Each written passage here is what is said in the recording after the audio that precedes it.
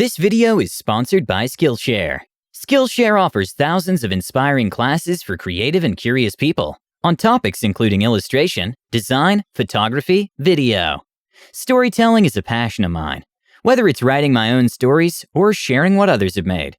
I've always secretly wanted to take that passion and apply it to film, so I'm learning how with indie filmmaking. Get the blockbuster look on a DIY budget. Nguyen breaks down the filmmaking process starting with just an image, all the way to bringing it together. Now to write the next D&D movie script and start shooting.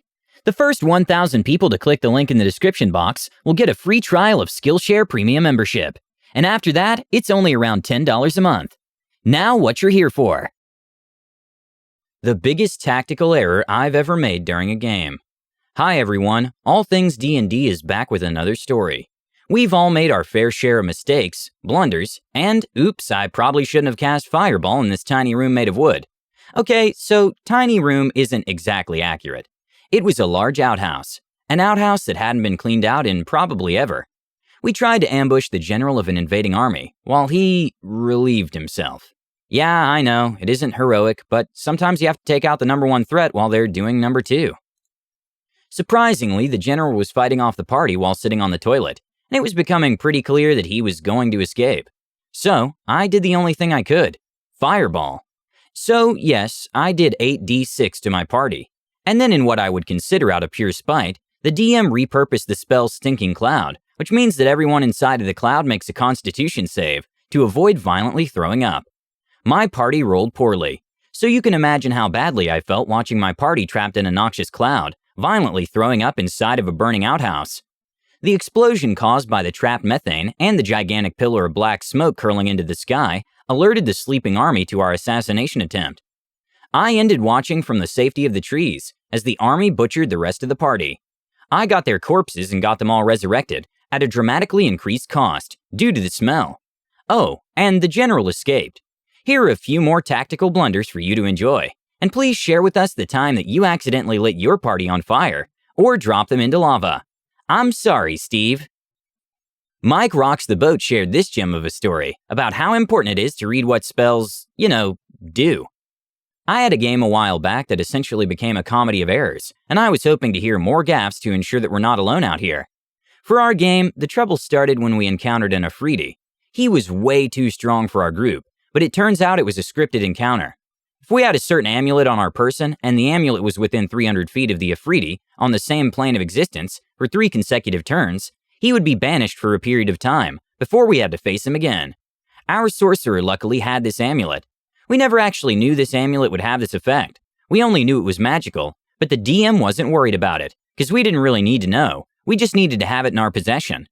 Then the sorcerer cast Blink on themselves, handily removing them and the amulet to another plane of existence at the end of their turn, and on subsequent turns if they rolled above a 10, spoiler alert, they were very lucky with their rolls. That was the first gaffe. The second was after we got our butts kicked by the Afridi. Our rogue and monk were both dead. We were starting to make our escape, but didn't want to leave anyone behind, especially since we had a cleric that could raise dead. So our spore druid had the bright idea of using her ability to turn a nearby creature who died into an undead on the rogue. The zombie rogue grabbed the monk, and everyone got out more or less intact.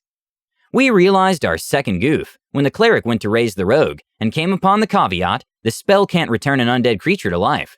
Turns out, once an undead, always an undead. So a series of unfortunate decisions that we thought were super clever at the time ultimately super backfired and ended up almost TPKing the party and did end up permanently killing our rogue. Who else hoards things in their inventory and never end up using them because you're saving them for an emergency? Our druid was paralyzed from a poison. She died after 2 rounds of failing her save. No one else in our party had access to resurrection magic. I had a potion that could cure any poison in my inventory. I still haven't told the party out of shame. That was the emergency. We feel your pain, Caliax. Not as much as your druid, but close. A while back, I didn't realize that grappling an opponent doesn't stop their ability to attack. It just stops them from moving. So when my character jumped in and grappled a vampire, I was very displeased when I immediately got bitten. While DMing for the same group, I recently had to remind a player, who had actually been the DM in the above game, of this rule. When his character wanted to jump into blood-filled water to grapple an undead shark, rather than, pull their comrade back up onto the docks. Getting bit while grappling a vampire makes sense, but if you're grappling a shark, I could argue that because it only has bitey parts, you should be able to wrestle it and not get bit. I need more input from the author, Landsharkitect. Anyone else noticing a shark theme here? Not me, but another player in an adventure I played with way back when. Can't remember how or why, but the party was on a floating island in the Shadowfell, fighting some sort of flying creature, and after a couple of rounds we realized that it could teleport around the island harassing us. Our ranger had recently given up their bow to use swords instead for RP reasons, so he felt pretty useless trying to fight a flying creature until he got the bright idea to try and jump from a tree onto the creature's back and start stabbing away. So Ranger jumps up, lands on the creature, which has been established at this point to teleport. Predictably, after a few stabs, the creature gets annoyed and flies off over the void and teleports. The Ranger was now about 50 feet away from the party, off in open air, about a 2-mile drop down to the Shadowfell below. We spent about 5 minutes out of character theory crafting to see if there was anything we could do to save him, and came up with nothing. And so he fell, and we never saw him again. The player was also the one in a campaign that I ran that introduced his character to the party by attacking the wizard with a crossbow. He may not have been much of a tactical thinker. I hope someone did the cartoon tin whistle sound as he fell to his death.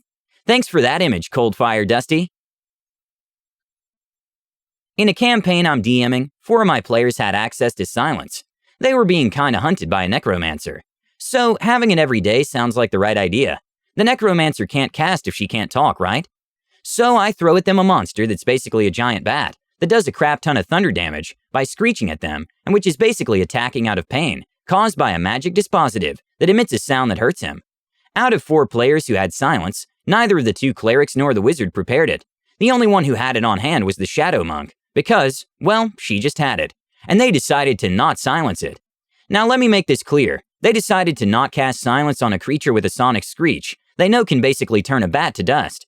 They knew perfectly that the spell would just make that screech stop doing damage, but they decided that nah, it's fine. One of them died because of that decision, and they blamed me for a month. Maybe they were saving it for like, a really tough encounter? The thing players decide will always mystify and confuse DMs. Thanks for sharing, PidgeBestWaifu. One quick word from our sponsor, Skillshare.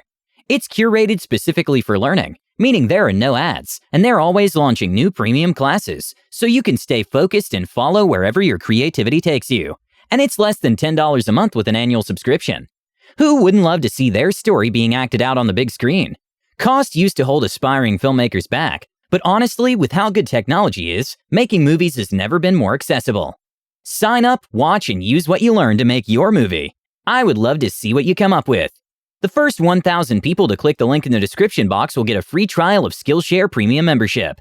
And after that, it's only around $10 a month. Nat 20s and epic wins are always fun to listen to, but I do take a sick pleasure in listening to people fail spectacularly. Please let us know what you think and comment below. Don't forget to subscribe to our channel, All Things D&D. Our next video will be posted in 3 days, so stay tuned for more amazing Dungeons & Dragons content.